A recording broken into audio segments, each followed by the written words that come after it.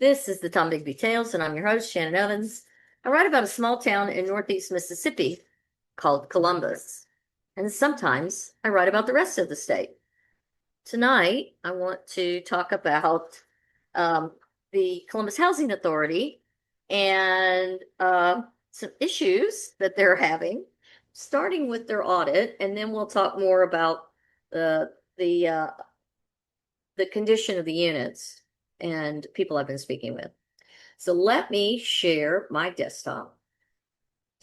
And here we go. We are going to start with the audit.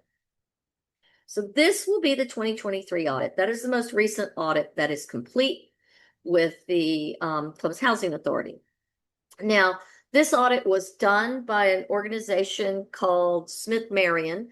They're out of Murfreesboro, Franklin, Tennessee, Murfreesboro. And they are an auditing firm that works extensively with public housing authorities, and that's their bread and butter. And this is the results of theirs that was done it was completed in September, I think, of 2024. And then it was brought back to the Housing Authority organization for them to see. Now, what's interesting is the Housing Authority Board of Commissioners only had this for a very short time. They did not see the complete report, and they did not know that they had some significant deficiencies. So let's start with discussing what this says. So the first section that we're going to look at, and I'm not going through, there's like 46 pages. A lot of it is just discussing what are the properties, what are the accounts, what do they manage, that kind of stuff. So I'm going to get to the summary of the auditor's findings. So the first thing you need to understand is that the auditors come in and they make an audit after the unaudited reports are submitted by the organization. So it would have been Columbus Housing Authority would have, or each year is required to send in their unaudited paperwork, their bookkeeping, their whatever, to this portal through, I think it's called React, through HUD. And then the auditors come in afterwards and they assess all the information and they pull it all together. And that's called the audited submission. So what we're going to find out is that they didn't make their unaudited submission as they were required to in 2023. Now, Robert Graythree took over, and this was his responsibility to submit, and either he didn't know how, he didn't ask for how, he ignored the guidelines. We don't know. We don't know exactly what happened, but it fell through the cracks. And this is the first time that I can find, after going through previous audits, where they actually had any insufficiencies that would have to be addressed. So let's look at this. And let me turn off my phone so it doesn't ring. Okay. So there's the section 1 is the summary of the auditor's results. And they did not, in their internal controls over financial reporting, they didn't have any material weaknesses, but they did have significant deficiencies identified. And they're in their federal awards, they didn't have any material weaknesses. But as you can see, they do have significant deficiencies identified. Then it says any audit findings disclosed that are required to be reported in accordance with 2 CFR 200. In other words, the way they report, they have to report it anyways, and it gets flagged by HUD. So let's go on down to section 2. Section 2 is the financial statement findings, and their internal controls were in non-compliance. What does that mean? Well, there's certain criteria that they're supposed to meet in their reporting. Their financial data schedule, their FDS submission for unaudited financials are due within 2 months after the fiscal year end. That was the piece that I was explaining. That's the unaudited. And it wasn't done. And then the FDS audited submission, which is what we're looking at here, are due 9 months after the fiscal year ends. And the Federal Audit Clearinghouse reporting package is due 30 days after receipt of the auditor's reports, or 9 months after the end of the fiscal year. And there's CFRs, there's guidelines that guide this. Under the condition, the management missed the deadline for its unaudited REACT submission. Well, I find out is they didn't do it. The auditors had to help them to submit it. And they did not submit this unaudited submission on time. Clearly, it was late if it was 9 months later. The cause was that management was late in submitting its financial information to its fee accountant. That's their accountant that they're using. That's this Paul West guy in Alabama, would be my understanding. This in part was caused by personnel changes that limited its ability to produce timely and reliable financial data. Well, I don't know if I buy that. That may just be a Robert excuse. You have to remember, he's been the accountant there for quite a few years, and he's gone to all these trainings, and he should have known this. And he didn't ask for any help. Maybe, I don't know. None of this makes any sense. I just think he just ignored it or just didn't pay attention. The effect of this is the authority will receive a 1-point deduction for every 15 days that the submission is late, up to a maximum of 5 points. So that's 5 times 15. You do the math. The recommendation is the authority needs to improve its internal controls over financial reporting by submitting its financial data on a timelier basis and modify its procedures to minimize its reliance on external spreadsheets for financial information. Those external spreadsheets are the ones that Rusty Walker is maintaining, if I'm understanding correctly. Management views this that they agree with this finding and have outlined their plan of action in their corrective action plan. We'll get to that at the end, and the corrective action plan management is Robert Craythry. Okay, section 3, the federal awards filing. This is the low rent low rent public housing. Woo!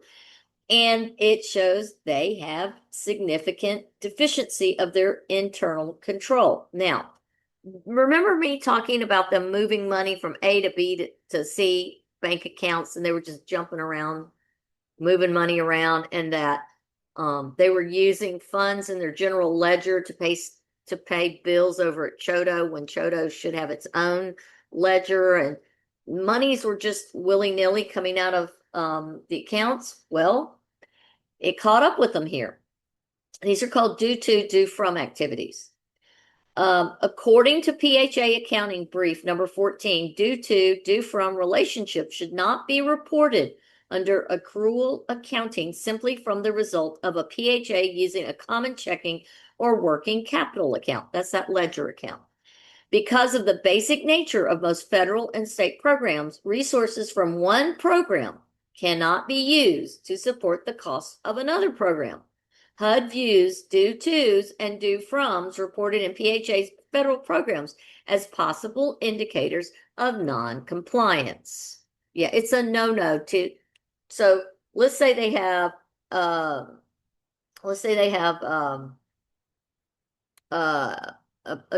they have one account here and one account here. This one's for this pile of money is for fixing roofs, and this pile of money is for renovating bathrooms. Just throwing it out there that this is where they got this pool of money. So now they started with the roofs, but because they used some of the roofing money in some other project over here that we're not even mentioning, now they're short in the roofing. So they're taking from the draw that's for the housing bathroom repairs. And so now bathroom repair money is being used over here on roofing. And so now they're going to have to, the bathroom repair money is going to have to steal from another pile of money. So it's robbing Peter to pay Paul, essentially. HUD views these as no-nos, big no-nos. They do not like this. That is a form of non-compliance and malfeasance and a whole bunch of other stuff. The authority has interfund receivables and payables that have not been repaid as of fiscal year end. This results in certain programs having a negative cash balance as of fiscal year end. Now, remember, I did tell you they had a whole bunch of bounce checks. Yikes. The authority reported a material 549,444 in total, 496,338 in PH program. Amount of interfund receivables and payables, which is a significant red flag for HUD reviewers. The authority was not effectively monitoring and managing their interfund program balances in order to ensure their programs were not spending funds they do not have. The use of due to, due from transactions reported in the authority's financials net to some programs have negative cash balances, which could signify to HUD that one or more programs have used resources to cover the cost of another program. Oopsies. The recommendation is the authority should expand its controls over cash reconciliations to include a step to verify if a program, fund, or component unit is accurate along with the entire cash pool. Also, interfund should be repaid monthly at a minimum. And the management agrees with this finding, and they have this corrective action. Okay, so these are the previous years. The previous year's filings, they had no findings, nothing reported. They were squeaky clean. But the one we're looking at is 2023, and it has issues. Now, here's the management corrective action plan. All right, here we are. The following steps will be taken regarding the financial statement FDS submission and interfund repayment. Guess what? One of my soon-to-be public records requests is going to be, I want to know that they actually did these things and how they did it. I want to see where it's documented. So in the financial statements, they will understand deadlines. They will become familiar with the submission deadlines for both unaudited and audited financial data. We'll talk about that more in a minute. They're going to create a timeline so that includes all key dates and milestones and leading up to the submission deadline so that they can have an internal review, blah, blah, blah. They're going to assign responsibilities. They're going to clearly define roles and responsibilities within their team to ensure that the submission process is covered. Then they're going to have some regular check-ins along the way so they can address any issues early, yada, yada, yada. Then they're going to use those HUD tools. Well, there's no other way to submit this stuff without using the HUD tools. They have to use the FDS submission upload tool, and I don't know what the heck. Anyways, I digress. Perform completeness checks before submitting. They're going to perform a submission completeness check to ensure all required data is accurate and complete. They're going to request extensions if needed, and they're going to have backup documentation. That's a big one. In the interfund repayment section, they're going to identify interfund transactions. They're going to list all interfund transactions. This includes payables, payroll, reimbursements, etc. They're going to record their transactions and ensure all interfund transactions are recorded in the general ledger. Then they're going to reconcile balances of all interfund accounts between each fund. They're going to investigate any discrepancies and make necessary adjustment entries to correct any errors. And then they're going to maintain thorough documentation for all interfund transactions. Well, now we've already seen the ledger for 2024 into 2025, and they are not doing that. So I'm going to be asking for this. We shall see. And it is signed respectfully by Robert, grade 3, the executive director. Now, what's most interesting about this is, so I guess it was in April, grade 3, March or April meeting minutes, and grade 3 went to the board and said, it's time to get a new auditor up here because we've been using these auditors forever. We probably ought to try somebody new, just get a little fresh and da-da-da-da-da-da-da.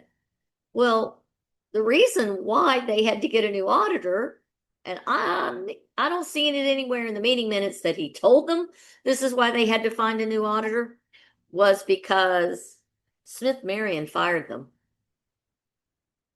Yes, you heard me right. Smith Marion, the auditors they have been using for several years, at least 4 to 5 years, fired them for not doing things on time, starting with these submissions that were due in September.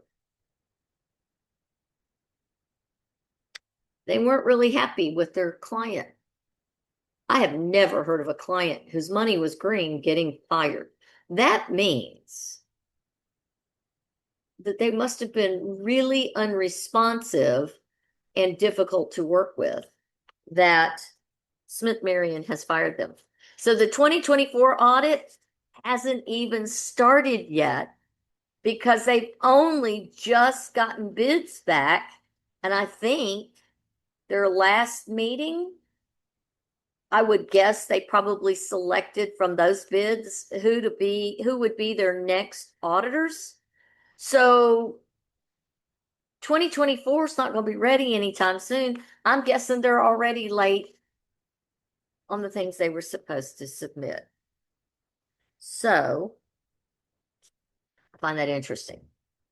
Just an update. I sent a public records request to Columbus Housing Authority yesterday. I wanted the inspections and the repairs and the reports and all that on that housing unit that I went into as guests of the family that lives there, and we're living with so much mold and so much mildew, and an air conditioning unit that hadn't been working in over a month and had not been attended to or repaired until pretty much until it went on it went on Facebook. Their friend had posted the pictures, which is how that came to my attention. So on Thursday of last week, the pictures were posted of the problems in their housing unit, and they had mold, they had mildew, they had their air conditioning wasn't working.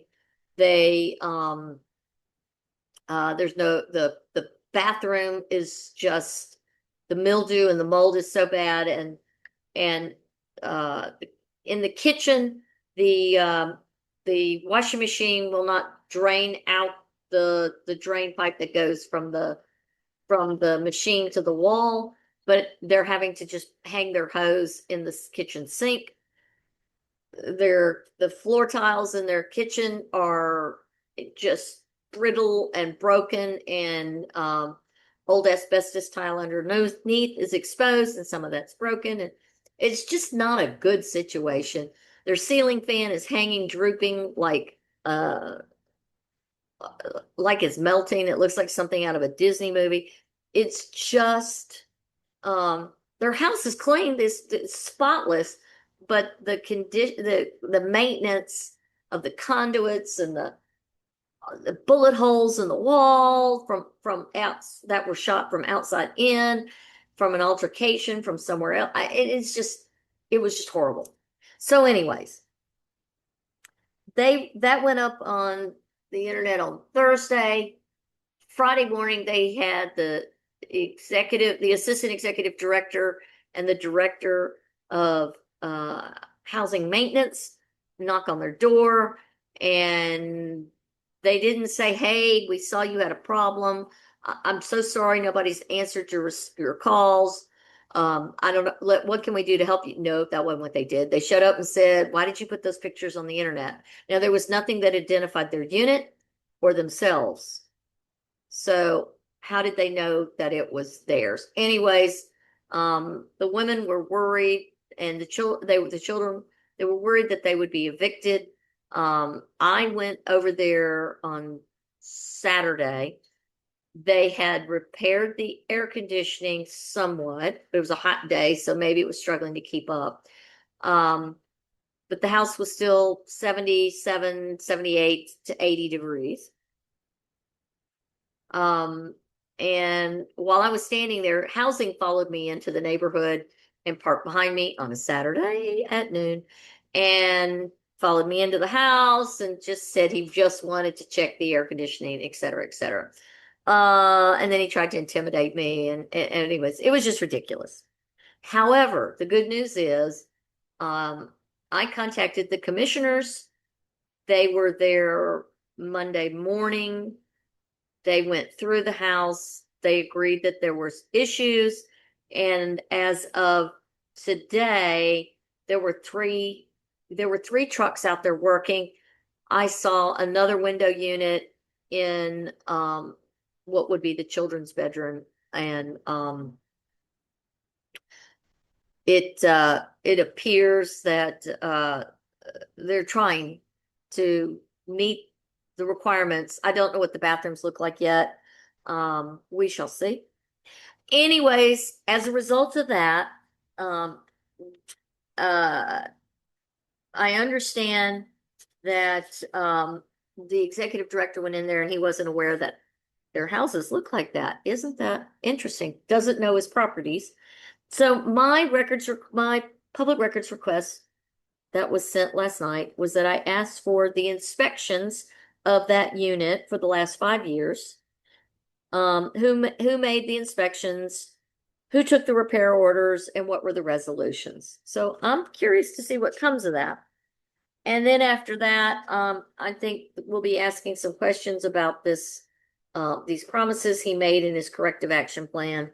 And then I have another public records request that I plan to do about some of the monies that have been spent or not, or spent and nothing to show for it. I do plan to continue following up on this. I also plan to go to their meeting tomorrow at the Housing Authority. It is a public meeting. I encourage you to go too. It's at the Columbus Housing Authority at 5 p.m. at their fancy dancy offices on 4th. So that's all I have tonight. I'm still being stalked by the people from the cemetery, from the city workers with the cemetery today. They tried to block us in, but that's a whole nother story. I'll save that for our Facebook Live probably.